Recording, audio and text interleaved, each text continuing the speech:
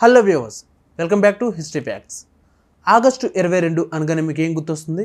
Yes, అది megastar Chiranjeevi గారి పుట్టినరోజు. కానీ ఇదే రోజు మన చరిత్రలో నిలిచిపోయిన ఎన్నో సంఘటనలు జరిగాయి. అవేంటో మీకు తెలుసా?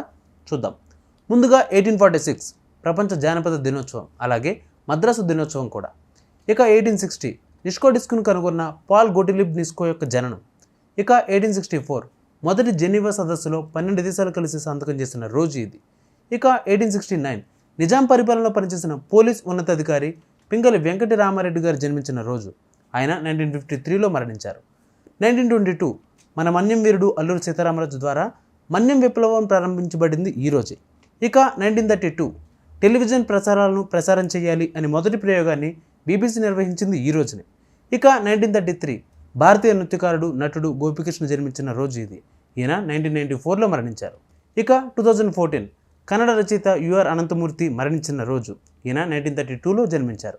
ఇక లాస్ట్ బట్ నాట్ లీస్ట్ 1955 మనందరి సుపరిచితులు ఇండియన్ సినిమాని ఏలిన ఏకైక చక్రవర్తి పద్మవిభూషణ్ చిరంజీవి గారి జన్మదినం. ఈ వీడియో మీకు నచ్చినట్లయితే లైక్ చేయండి, షేర్ చేయండి, సబ్స్క్రైబ్ చేసుకోండి.